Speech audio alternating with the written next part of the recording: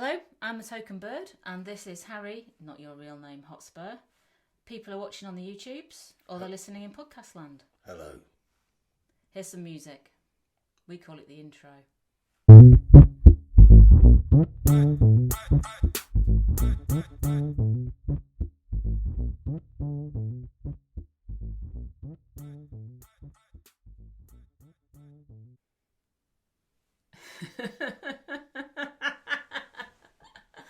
Oh dear.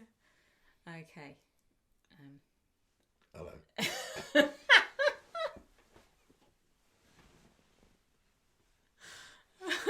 Stop it. You're being freaky now. Mourinho, best bloke since Bill Nick? Best bloke since Keith Birkinshaw. Which means that if you're a millennial, you've No idea what we're talking about. No idea. This is like some Chinese phone book that's been torn up. And Did they ever have a phone book? Chinese, yeah, specialised in them. Yeah, he is. He has to prove himself because he hasn't won anything, and it's crucial that people. Mourinho hasn't won anything. No, at Tottenham. Oh. And this is one of the narratives that's come out from. Shall we refer to them as the Millennial Losers in their life raft, who had an emotional investment in Pochettino that he never repaid. But apart from that, they're not worried about that. They're happy to let him walk off owing them. And so the metric, which they hate, because metrics are very, very specific and wishy-washy, dreamy-weemy, fairy cake-ness of thought, doesn't like that. Metricy wetricy. Yeah, they don't like winning is what professional sports are based about. So horse racing, that's a joke because it shouldn't have a finish line. Golf, ideally, there wouldn't be a hole. Everybody just keeps... What would you put your ball in? That's between you and your bookmaker. But you see, the idea is that everything just goes on forever and it's all about enjoying the ride. Right. Which is insane. It's absolutely insane because Formula One cars would run out of petrol, horses would get tired. The point I'm making is that you get chaos. Chaos. Yeah, chaos. And from the chaos, they invent, aren't we all having a lovely time and wasn't that great last Thursday? Opposed to what grown-ups do is they have these great big glass-fronted cabinets made of many other different materials, which they put trophies in. And then the sponsors, this is the really tricky bit that a lot of people don't understand at all, and this is, I'll just deliver this slowly. The sponsors, they then look at all the silver stuff in the cabinets with the glass fronts and go, wow, lots of people must really love you, so we'll pay you more money for your shirts. We'll pay you more money for your advertising around the football stadium. There's no such thing as top 4 silverware. No, there isn't. There is broadcasting right money. So this is what the perpetual cycle of exploitation that ENIC have got up to, is that you're constantly hitting the revenue points for the top 4. So you've had a brilliantly successful season if you get top 4.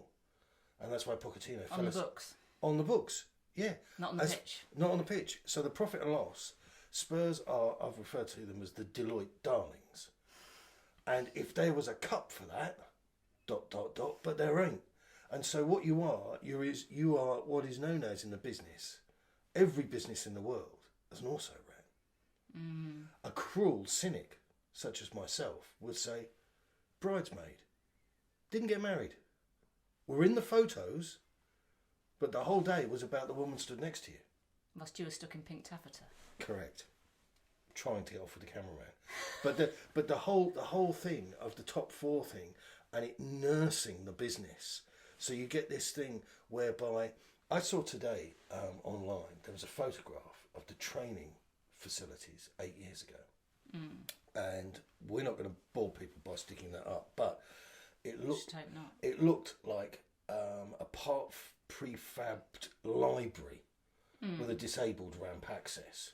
It looked like something that was a youth centre. Okay. So a lot of people who are inclined that way sad millennials and losers in their lifeboat, are going to look at that picture and say, look how far we've come. But what they don't want to say out loud, because they're not really that thick, they're actually playing sort of these games in their head. What they don't want to say out loud is the fact that it was our money that paid for the upgrade. So this thing where, Jose said... Because we didn't take out a loan for the training ground. We did, that's what I'm saying, but it was our money. It's our money that's funded it. Levy never took a loan out. He took a loan out on behalf of Tottenham Hotspur Football Club or Tottenham Hotspur Fun Time Trading Infield Limited or whatever the thing. But it was our money. So every shirt, your mug, this, that and the other that's bought, that's what's funded everything. It's all come from the football. It's all come from Enoch. Uncle Joe is sat on his boat. But what I'm saying is, did we take out a bank loan for the training ground? Yes, we did. And Investec. So it's our money plus it's banks? Yeah, it's not Enoch's money. No. Never has it been. No. So the point we're agreeing at, hopefully, is that look how far we've come. Well, how far have we come? I see a generation. We've got a training ground, not a cupboard full of silver. And I see a generational debt. So that's the point. You look at the training ground, old picture 8 years ago, and go, look at that. That's a bit of a joke. Oh, look at these magnificent facilities we have now. Yeah, great. But it's all on the tick. But isn't that the case in lots of modern businesses and football? No, not really. Okay. No, does it matter right now? It does matter because we're constantly under the cloud. Look, I shouldn't even be explaining this.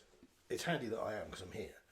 But all the people, and it won't be difficult to find them, all the people, all the Tottenham fans, that when you ever mentioned Levy or wanted to complain about Enoch, the first thing they ever said was, oh, beautifully, excellently run club. Fabulously run club. And we've got no debts. No debts at all. Net profit, net spend, net profits. Oh, it was extraordinary. I mean, this was coming from the point of view, when I grew up, that football clubs were run by second-hand car salesmen. It was all, envelopes full of cash, and it was bent. The whole thing was bent, and 9 times out of 10, I can't remember because you don't have any awareness when you're a teenager, but football clubs went pop. There were always bankruptcy hearings and this, that, and the other. Well, we've had a couple of late, haven't we? I mean, not Premier League, obviously, but... No, but that's just those people that went pop, they just didn't have the money. Because they were too far down the food chain. And the food chain, where we are, I mean, if you bought a Premier League club, you'd have to be pretty stupid to bankrupt yourself. I mean, what's the best business model in the world? You keep selling somebody a ticket to the same seat every week and they never take it home with them. The Royal Albert Hall, I mean, subject to COVID, that's not going to go pop, is it? You'd hope not. Yeah. So that business model is pretty infallible. But there are people that screw up, but they're further down the chain. So there are clubs going bankrupt. Where are Spurs going to go? It depends on... It's a bigger picture than just how Mourinho does. Because... and it's become more complicated. So last time out, I spoke about the triple threat. So that was the debt, the disease, and the despots of 3D. The 3Ds. So the thing that's casting a shadow over everything is, let's move away from football for a nanosecond, and it is the COVID. And everybody is talking about, and because they're trying to manage people's expectations, everybody's talking about a sort of silver bullet of a jab or a cure or whatever. Therapeutics. A therapy, yeah. Well, the reality is, I don't know, and I'm not a doctor and I'm not an expert, but I don't believe that's coming anytime soon. And I think that the 3 million quid that Spurs are losing from unfulfilled potential revenues on match days is going to be there for a long time. So that's eating away, and the club is in a period of trying to repay all of this debt. Now, the country, a lot of the people in the country are sleepwalking into bankruptcy as it is. Pubs, restaurants, cafes, particularly service industries, hotels, So you see these snapshots of things on TV and somebody saying, like at the moment, Lord Sugar's in Australia. Right. That is absolutely like atypical behaviour. Most people are at home. True. Yeah. So the idea that it's been mooted recently, for example, about this "Let the Fans Back In" campaign. It's got to be one of the most stupid, ill-conceived things going. And the idea is that yes, we all would love to be in stadiums and I'll buy a cappuccino and I'll not talk to anybody and stay 6 foot away from everybody. I'm a good, solid fan. How are you going to get there? Parachute. London Underground empty because nobody wants to sign up for that right now. Buses, and this is all over the country, but London, the population density. I saw a clip of a friend of mine on a bus in Bristol. Yeah, it might have to be people who actually live in Haringey who go to the Spurs games. That's outrageous. That's outrageous. And I'd be careful how I reply to that. But I saw a clip of a pal of mine who was taking the bus in Bristol. And it was very early in the morning. He was getting the train into London. And he sat at the back of the bus, and there was nobody else on the bus. And it was freezing cold. And he had to have all the windows open. Because it's a COVID thing to keep the thing. Now, no, people are just looking. If you go into a pub, unless you're sat with a few of your pals, you have a great time. But most people, you know, they don't sit with their pals. That's pretty unusual these days. You go to the pub and it's sterile. You know, the waitresses got the thing on and these visors and all the rest of it. And it's just nuts. So back to the football.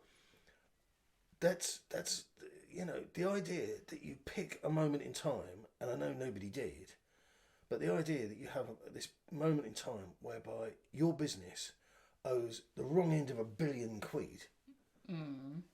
and your business is reliant on the footfall of strangers and friends and well-wishers, and they can't come in and they don't want to come in. And it's just, that to me is terrifying because, like I said, I don't know how long it's going to... Do you think they don't want to come in? Do you not think that if people were given the option, they would actually go? I think that youngsters, he said, sounding 100, would come in. I think people under the age of 50 would come in. So why not let them? Because it goes against everything that this upside down government is doing. Okay. And the idea that we employ herd immunity and it would be cheaper, as I've been brought... Oh, so you would be for that, but it's just that the government... Yeah, absolutely, I'd be for it, but I don't have Okay. any control over it. I mean, I'd be for free ice cream, but it's not within my remit, you know.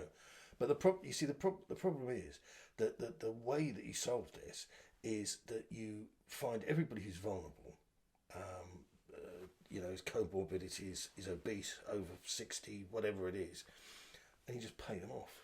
Tell them to stay at home. You write them a cheque. You pay their rent. You pay their wages, their food, everything. They live like lords for as long as this lasts. It'll be cheaper than any other alternative, and they're not doing it. So Spurs have got a massive problem, and I pointed this out before COVID because I was suspicious about the business model. Right. So you've got retail going down the toilet because of the internet. Dun dun dun. Enter Captain Levy. I'll open the biggest. I used to like Woolies. Biggest floor space in Europe for retail.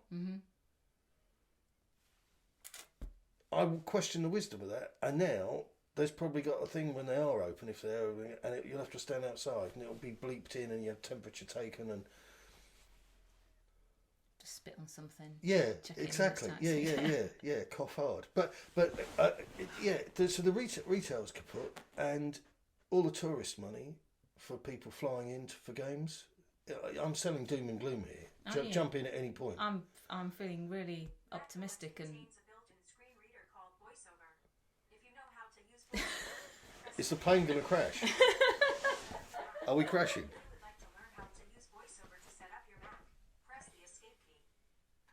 I'd like to press the escape key. Do we get oxygen masks? Sorry about that. Still recording. Let's just check.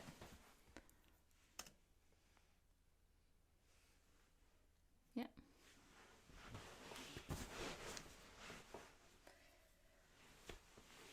No, I'm feeling really upbeat now. Cheers. No, that's all right. But you know, just you know, you're gonna probably die at home. Thank you. just so how you're feeling now, don't view that as a really bad feeling. I'll set my dog on you in a minute. But just think, you're probably, that's the worst thing. There won't be anything worse than that could happen to you because because you're not being looked after by the state. They're going to leave you to it. No, and they're you'll not. probably actually, no. die in your sleep at home Fitter than you are. of an unrelated disease. Or Like. that's it. So you haven't answered my question yet. what was it? Mourinho, best thing since Bill Nick. Oh yeah, without a doubt. I mean, but this is all with the caveat that he hasn't done anything yet, except for he has, and he's brought in 5 first-team players, which is historic. And without going back into the whole black hole of having a dig at Poch, Go on, you know you love to. well, he had the despot, he had the debt, he didn't have the disease, but did he not say at any point, hear me out, I know there's no money and you don't want to do this and you don't want to do that and you think all these players are going to live forever and it won't harm us, but what about Højbjerg at Southampton? I know the guy. He's a really decent player. He could step in, surely, and mop up a bit of that gap that's missing that was left by Moussa Dembele. It strikes me that these conversations never happened. So Mourinho's had these conversations with Levy. How's he talked him into it if we're in such a debt hole? I think he's talked him into it because he has authenticity, he has experience, and I think he stinks to high heaven of common sense. This is a guy who He's walked the walk, hasn't he? He's a proven winner. This isn't like some guy you would take their counsel. Just sort of, I'll sound him out. I'll get some advice, see what he thinks. This is a guy who you would use before going to a stock market or a bookies. Mm-hmm. This is a guy. This is an authoritative character. So he said to him, "So what do you think we should do?" It's like we saw, and we got a sense of this in the Amazon Prime thing, which was brilliant. And you could see, and that documentary, and the documentary precisely, the Jose thing, game, the Netflix one. But you could see he was talking to Levy, and so how are you getting on? And he says, "It doesn't train well. Doesn't train well," and that was edited for the cameras because obviously everything we saw on there was staged. It's no more well, it's like people don't think it is because it isn't Love Island or something like that. They think it's or this anyway is Essex or whatever. They think that this is actually happening. This is fly on the wall. It isn't. Because I bet you Daniel Levy doesn't sit there with a comely smile on his face and an open neck shirt in the cafeteria every day. Hello, boys, enjoying the scones. That doesn't happen. I'm shocked. Yeah. Well, so but so Mourinho's brought in 5. Yeah. Yeah. Tell us about those 5. Why are they any good? How are they going to help? Because they all, to a man, have the right mentality and the physical and technical attributes. And if I said this on the last thing, so God forbid I repeat myself, of course, but yeah, he's not bought any French adolescents, punts. He's bought people who can step in and do a job. And Højbjerg, Tottenham have been crying out for a player like that since I can't remember when. Mm-hmm. And so we had this thing, where Ericsson was there and he didn't want to get injured, so he didn't want to play to his fullest thing. And he was doing this, "No, I really want to be someone else," and all this nonsense. But Tottenham put up with it because the mentality of the club was, well, these things happen. They've abolished slavery. What can we do? It's tough. It's very bad out there. We don't know how can we deal with these poor guys? Soft losers. Wet. Perennial losers. And that was the thing that was in the club, because they knew that the focus of the club was to keep the money coming in. So Pochettino, bless him, absolutely naive schoolboy, sat there in front of the press and said, "Oh, if we won a domestic cup, it wouldn't change our lives." And the fan base, the losers, the millennial losers in the lifeboat, they were saying, "Well, he's quite right, and the TV money isn't very good, and the prize money isn't very good. I mean, what a stupid distraction." Wow. There were no cups for losing a Champions League final. Oh, no, but I won a cup. Yeah, but I disagree with you, because you have to remember that competition wasn't about the final. That competition was about the 3 goals scored by Lucas Moura in the semi-final. That's what people remember. No history, right? History for that particular snapshot in time in sporting There'll be history. no mention of Liverpool, no mention of a Champions League Cup. Well, there is a how well Tottenham did in the semi-final to get through to the final. There is shown up by people who know how to win cups. This is rewriting history almost before it's happened, right? This is how far technically advanced we are here with corrupting the language, because never in the history of the world has anybody said, "Oh yeah, I had a racehorse in the 1970s, Lucky Lady. She came 4th in the Derby, 5th in the Grand National, and 17th in the..." You wouldn't even have got each ways, would you, in the 70s on those numbers? Oh, you would have got really good prices in those days. But the point being is, nobody in their right mind walks into a room and puts their head out and says, "Oh, hi, my name's Dave, blah, blah, blah, and my horse came 5th in the Derby in 1972. But we say prizes for taking part stuff. Yeah, but this is that. But that is a middle class millennial kids school fate day. Mm-hmm.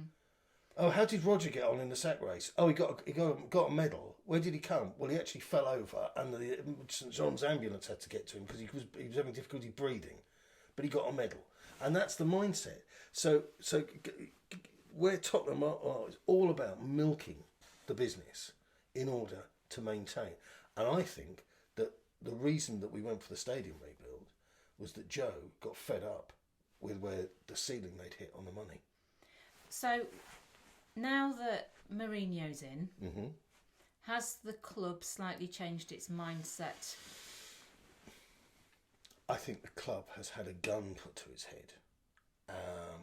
I think what would have told us everything is if one of these, with no disrespect to them, but with actually every disrespect to them, one of these other mediocre, never won anything, up-and-coming names, Nagelsmith, I think, was one, all these guys clipping around Europe, not doing very much.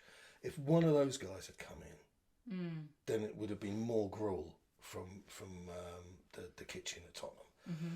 But the COVID thing, I know he came in before the COVID thing, but Levy must be absolutely... I mean, Levy was running out of ideas.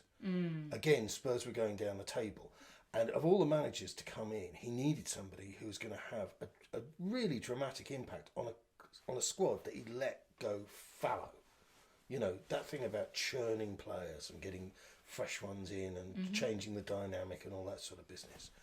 And I think his options were hugely limited, and that's why I bought Mourinho. He's paying him twice the money he's paying Poch.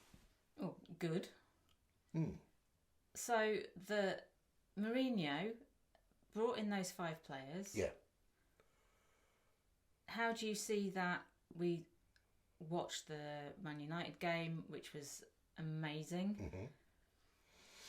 Do you think that kind of mentality, because we let a goal in first, we created a goal for the other side first, it's penalty, but we turned it around quickly when they still had 11 men. Does that say something about the new mentality and the application and the skills of not just the players he's brought in, but who we already had, and changing mindset, changing hearts and minds? Yeah, I think you're absolutely right. And what was more telling than anything in that game was Lamella, who has been a wet lettuce since he joined us and living off of a Rabona. He got up to the sort of shithousery that we've had of Man United since I was a baby. And there will be people like, oh, I don't like to see that in the Tottenham shirt. Oh, it's awful. More of it, please. I'm owed. I don't know about anybody else, but if you're asking me, I don't want us to turn into a nasty bunch of hackers. No. I want us to play beautiful football and to win everything. But when it comes to that shithousery of niggles and twists, they will learn, and they'll learn the hard way. Don't poke us, or you might lose a finger. And that's what happened. They were doing all this. No more it's Tottenham, lads. No more it's Tottenham. And the idea that you would take the rise out of a Spurs side and just physically overpower them. Like we had. I mean, I remember watching Ronaldo go down and win a penalty against us. You know, and just endlessly. It's been tons of it. You know, and it was always painful, and they always got away with it. And I'll take a fair dose of comeuppance before I'll start saying, well, actually, come on, rein it in a bit. So, I keep saying so. Can I do that?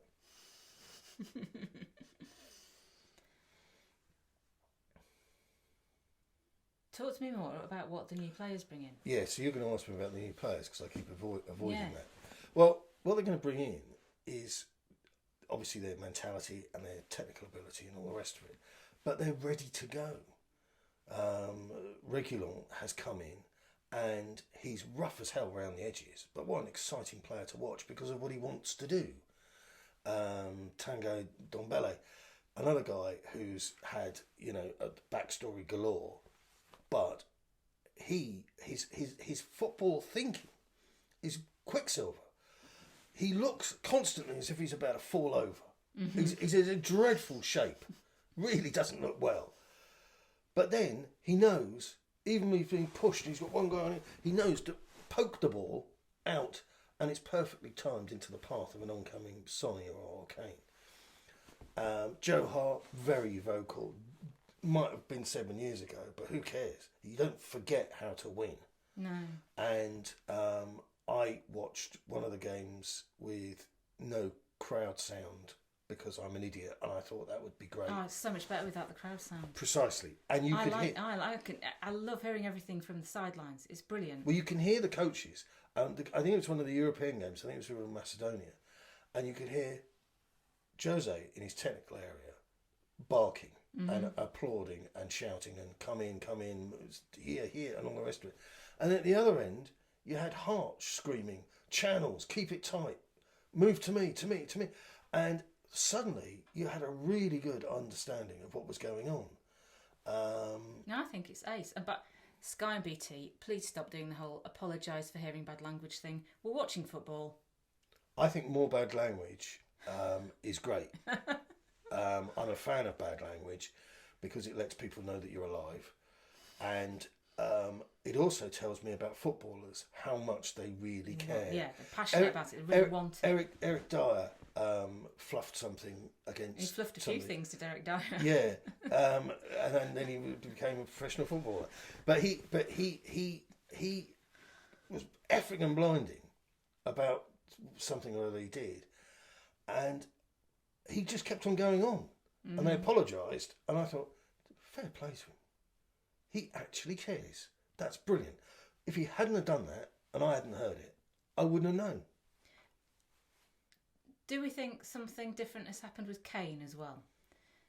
That the number of assists we've seen, they're coming in a bit deeper, maybe a bit more of a team player, the whole we are family thing.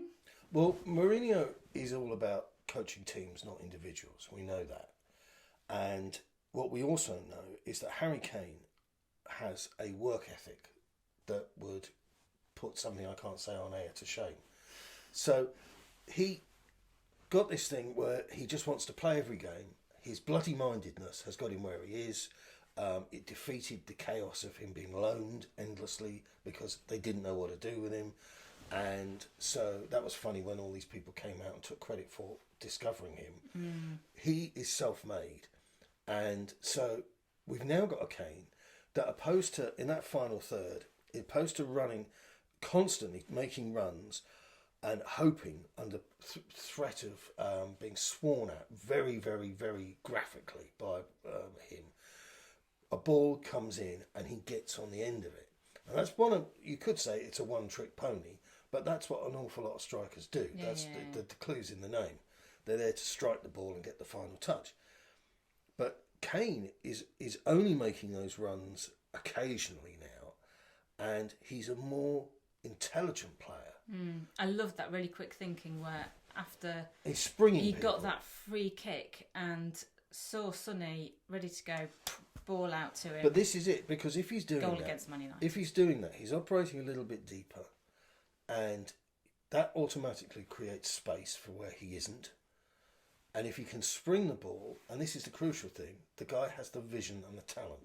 Because it's pointless saying to, say, some other a dud, say like Jansen or somebody, Soldado, whether you loved him or not. Bless him. But it would have been pointless.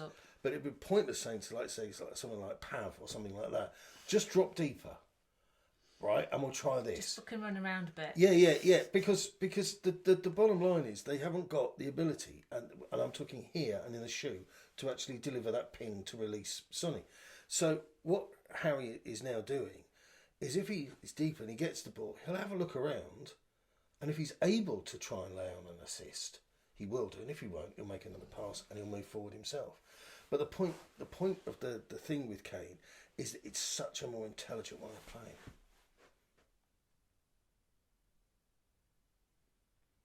Where should we go next? West Ham. That's where we're going next. West Ham. Are we going to see Bale? Yes. It's been rather amusing to see a number of online publications break it to us that Bale is going to be available for West Ham, as if this was some sort of insight that their man in the training ground, with the rolled up fags and the newspaper in his pocket, had a nudge, a wink, connections had paid off, but there was nothing really all that much wrong with Bale. He had a little bit of a knock.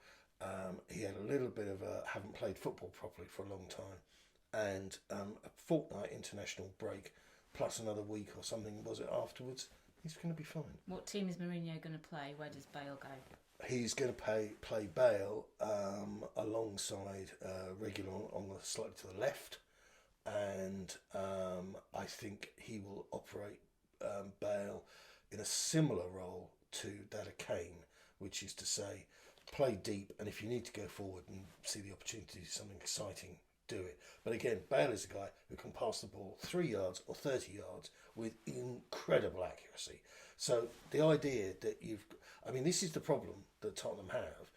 So this is why they got rid of Sessegnon, who they overpaid for scandalously, right? So he's gone, sayonara. Right. And Dele Alli is the next guy who is wondering just how... Yeah, he's toast. Okay. Toast. I just don't think he's got it in him. And he's got, for the first time in his life, he's not looking over his shoulder and saying, well, I'm better than Lamella. Lamella has responded brilliantly to Mourinho. Dele Alli so far has not. See, that's another thing I like about Mourinho. He's brought in competition for players in different positions. If you want to play, you're going to have to train well, you're going to have to work hard, you're going to have to show me that you really want it.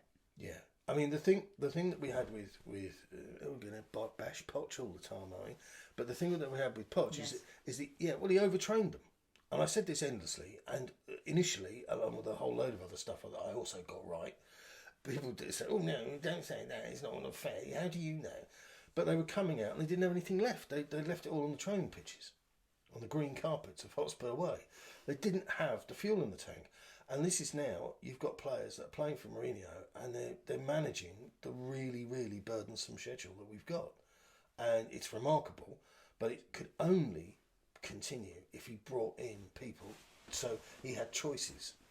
So they're saying that Bale's come in and that perhaps he was, a number of people have been overtrained at Real Madrid, but he's coming back into a Spurs team that aren't being overtrained any longer.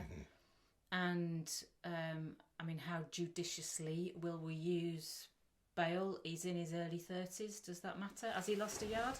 I think he probably has lost a yard, but this is the mathematics of that yard to explain where it went. Right, he's hitting a point where in a year or two he's going to be, as we saw, for example, with our players, saw with Dombele, as we saw with Jan Vertonghen, and if you look at Chelsea, you can see Frank Lampard.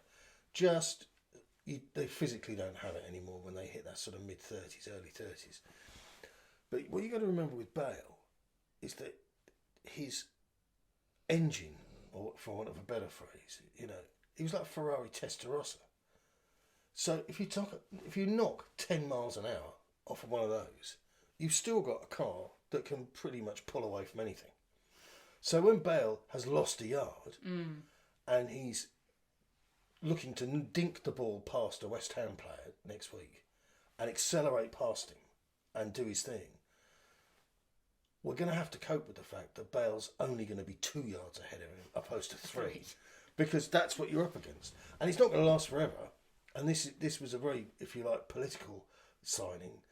This wasn't something that Mourinho was nudging Levy towards. It was a decision, like with Van der Vaart, that green light couldn't resist it. You'd be a fool to resist it. Yeah. And but he's going to enjoy him while he's good, and he's going to be amazing. I'm going to enjoy seeing Bale enjoy being at Spurs, and I hope helping us win a cup. Well, what was interesting is his first press thing that he did. Now, bear in mind, like with Mourinho, you're dealing with somebody who's of substance because he's been there and done it. So it's none of this, oh yeah, we're going to push on and hopefully, and all that rubbish, that wishful thinking, I hope Santa Claus brings me a bike nonsense. This guy is coming to Spurs, and his job is to use what he learned in the last 7 years, whatever it was, to influence the talent that we've got, because we've got a very talented squad. Yeah. And all it needed was a bit of a change, a bit of a mix round, and a bit of a rest. And that's what Mourinho's brought. So I think that, people were bemoaning, what's his name, Joe Hart. He's on 20 grand a week. I'd give him 20 grand a week just to walk around Hotspur Way and talk to people. Because guys like that, that's, they've been there and done that and won everything, and they're decent, hard-working guys. Yeah. Most important question of all. Mm-hmm. You're no stranger to the old male grooming. That's kind. Beard oil, all the rest of it. Yeah. Some of it on my face. Who's the most well-groomed? Well-groomed player? Yeah. At Tottenham? Yeah. You mention hair. It's very important. And if you were losing it at the rate I have been recently, you'd be by your bedside. Is that why the beard's got bigger?